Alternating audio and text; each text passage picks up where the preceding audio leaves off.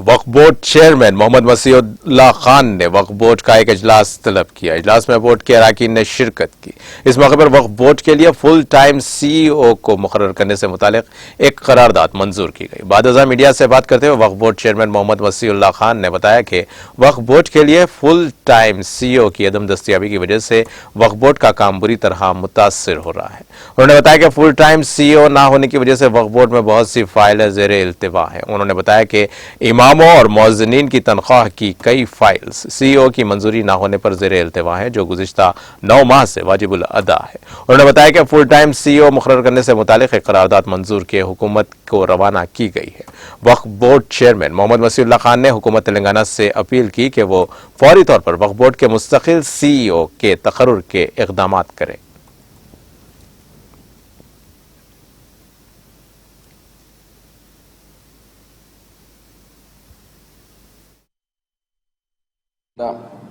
जो तेलंगाना स्टेट वक्फ बोर्ड की जो मीटिंग थी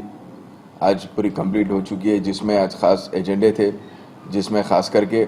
जो फुल टाइम सीईओ के लिए हम गवर्नमेंट को पूरे बोर्ड मेंबर्स का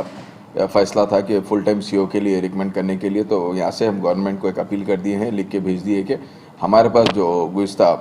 सीईओ थे, जो शहनाज कासिम थे, उनको रिपैट्रिएट करके जो इंचार्ज सीईओ के तौर पर हमारे पास जो प्रेजेंट ख्वाजा मोइनुद्दीन साहब है, जो डीएसपी है, उनको हम टेम्पररी यहाँ पे हमारे पास वक्फ बोर्ड की जानिब से, हमारे मेंबर्स की जानिब से उनको सजेस्ट करके कोरम कंप्लीट होने के बाद उनको रखा गया है। और गवर्नमेंट को गुजारिश की गई है हमारे तरफ से, वक्फ बोर्ड की जानिब की तरफ से, कि